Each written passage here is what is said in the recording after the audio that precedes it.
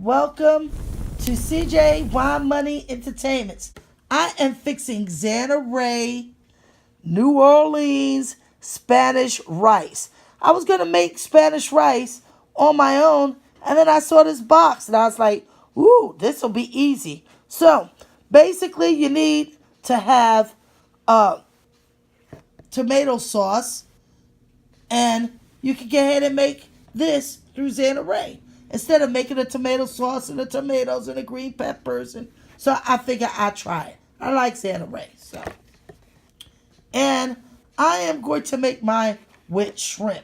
So here we go. This is the rice that I've already fixed. Yep. And I used whole tomatoes and cut them up. I added some extra green pepper to make it a little spicy. And I'm adding mine with shrimp. Ooh, it smells good up in here. Okay, this is my Spanish rice with shrimp. There you go. See that through. And I'm having it with some broccoli.